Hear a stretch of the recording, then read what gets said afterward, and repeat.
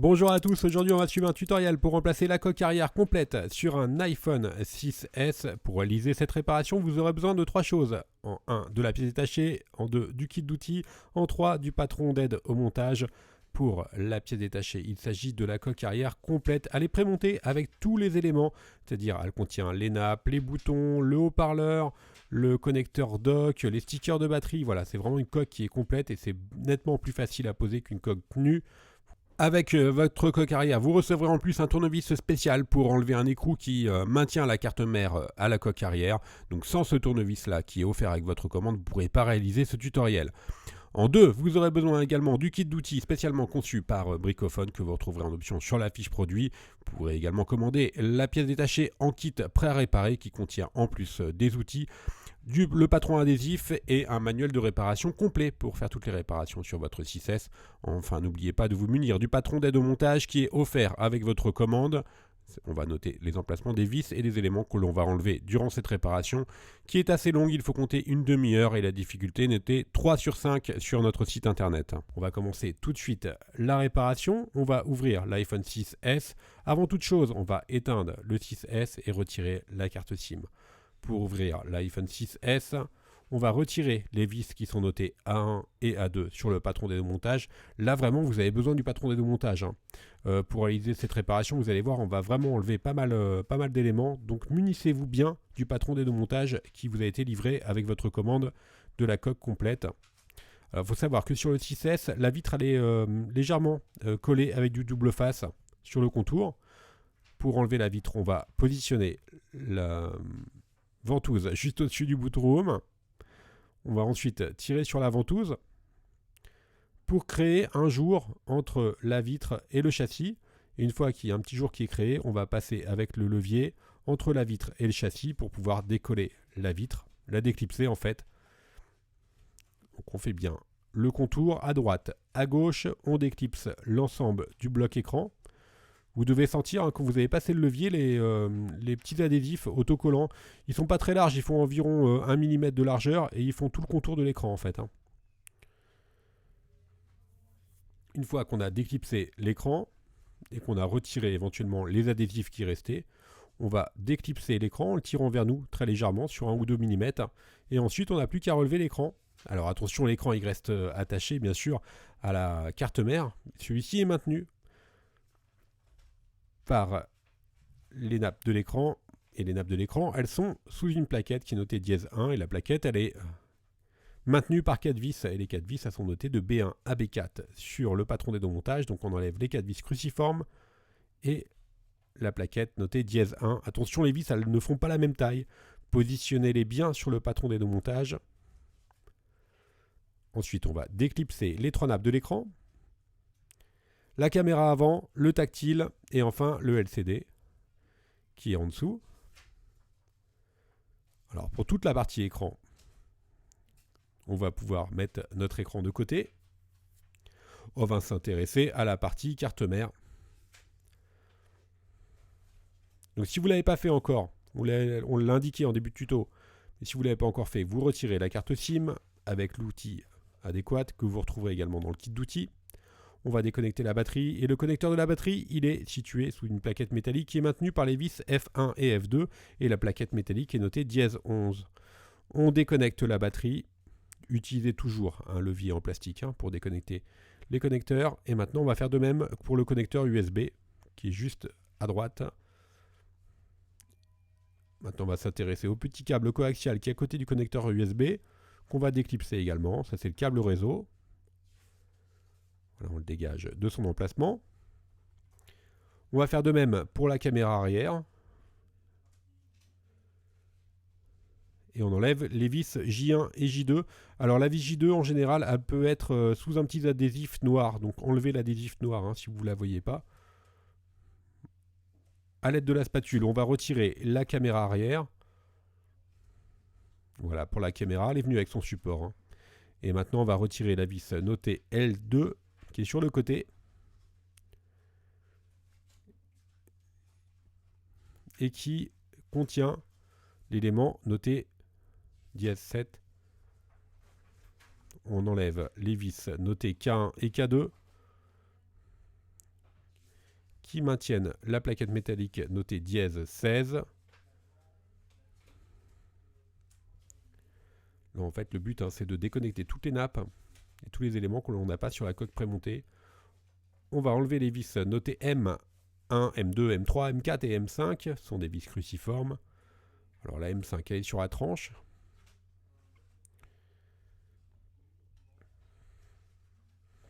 Avec la M4. Et on enlève la plaquette Wi-Fi, l'antenne Wi-Fi, pardon, qui est notée dièse 16 sur le patron. Maintenant, on va enlever les vis qui maintiennent la carte mère, donc la L1, L3 et L5.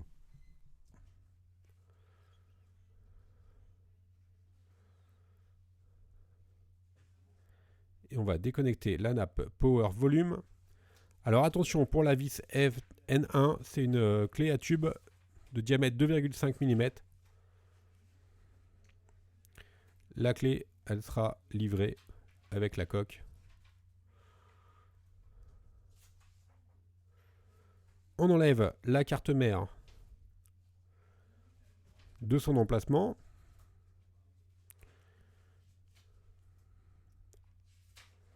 Et on l'a glissé vers le bas.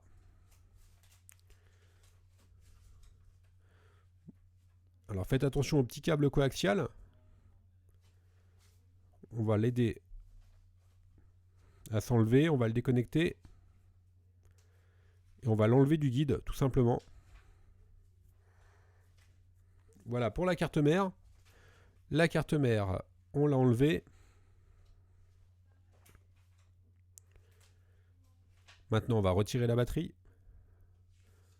Pour retirer la batterie, on va déjà enlever le vibreur, le Taptic Engine, qui est maintenu par les vis G1 et G2. Et on enlève le Taptic Engine qui est noté dièse 20. Enfin, on va enlever les autocollants double face qui maintiennent la batterie. Donc on décolle les deux petites languettes. Et là en fait ce sont des autocollants double face qui sont très élastiques, vous allez voir. On n'a plus qu'à tirer dessus, mais de façon la plus constante possible. Et surtout le plus à l'horizontale possible. Voilà, vous voyez, ça vient tout seul, mais il faut vraiment le faire horizontalement. Si vous le faites à la verticale, le scotch, qui est très élastique, il va casser tout simplement. Là, vous avez vu, la batterie elle est partie avec l'autocollant, il n'y a pas de problème. Et la batterie elle est en parfait état, donc on pourra la récupérer, ce qui n'est pas le cas si on fait levier pour l'enlever. Ceci étant dit, maintenant on enlève la vis notée L6 qui est sur la tranche.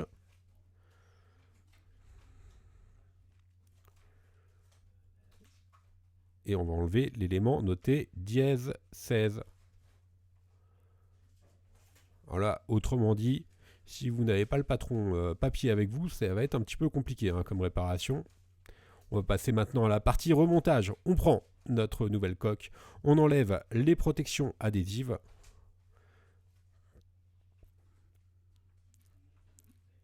Donc, elle est livrée avec les stickers double face. Donc, on a juste à remettre notre batterie. Le Taptic Engine y est déjà. Il y a également tous les boutons qui sont prémontés. On n'a plus qu'à reprendre notre carte mère. Vous vous rappelez du petit câble coaxial qu'on avait guidé sur la carte mère. On le met bien de côté pour bien passer la carte mère. Et la carte mère, on fait attention à bien la positionner. Et surtout, les nappes doivent être au-dessus. On remet l'élément dièse 16 qu'on a enlevé tout à l'heure avec la pincette, qui est maintenu par la vis L6.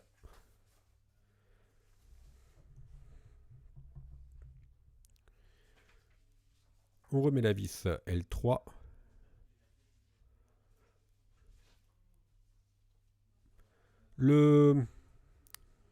L'écrou,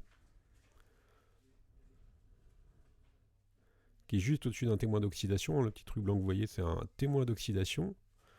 Là, elle a un. L'antenne Wi-Fi, qui est notée dièse 16, qui est maintenue par les vis de M1, M2, M3 et M4 et M5 qui sont sur la tranche. Alors c'est pas une réparation qui est très compliquée, mais il faut vraiment avoir de la méthode, parce qu'on enlève beaucoup d'éléments. On rebranche la nappe volume et power. Et surtout, le plus important, c'est qu'il faut bien acheter une coque qui est prémontée. Car si vous devez en plus remplacer, si vous prenez une coque nue et que vous devez en plus remplacer le bouton volume, le bouton power, etc., là, ça va vite devenir très très compliqué. On remet la plaquette notée dièse 16 avec les deux vis qui la maintiennent. L'élément dièse 17 qui va sur la tranche du téléphone et qui est maintenu par la vis cruciforme. On remet la caméra arrière et la vis J1. Alors, on va commencer par J2. Pour J1, on doit maintenir également le petit élément qu'on a remis tout à l'heure. On rebranche la caméra arrière. On remet le câble coaxial qu'on avait enlevé.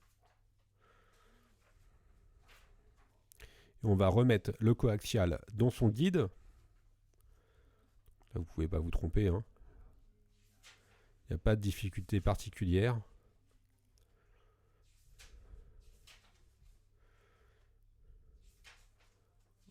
Le connecteur USB. L'avantage, c'est que là, vraiment, tout est prémonté. Donc, pareil pour le connecteur USB, s'il n'était pas prémonté, vous auriez dû rajouter encore 10-12 vis à enlever, plus plein de petits éléments, qui avaient déjà pas mal.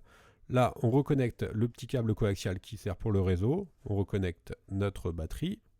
Si vous avez déformé votre batterie, il ne faut surtout pas la remettre.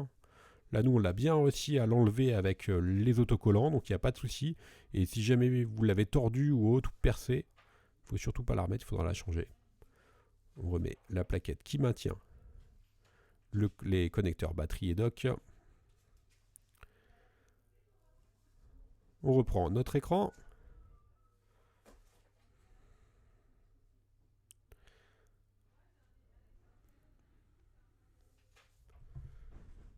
On va remettre les trois nappes de l'écran. Alors faites attention, les nappes de l'écran, faut faire attention. Des fois on a l'impression qu'elles sont bien clipsées, en fait elles ne le sont pas. Il faut plutôt essayer de commencer à les clipser d'un côté pour par exemple commencer à gauche pour finir à droite, plutôt de tout clipser en même temps. Petite manip, on remet la plaquette qui maintient les nappes de l'écran. De toute façon, vous allez voir, si après vous avez des stries ou le tactile ne marche pas bien, c'est tout simplement que vous avez mal reconnecté les nappes de l'écran. Sur la série des 6, 6S, etc., c'est assez fréquent, mais il suffit juste de rouvrir le téléphone et de reconnecter les nappes, et ça sera OK. On remet notre écran, donc on va le reclipser par le haut.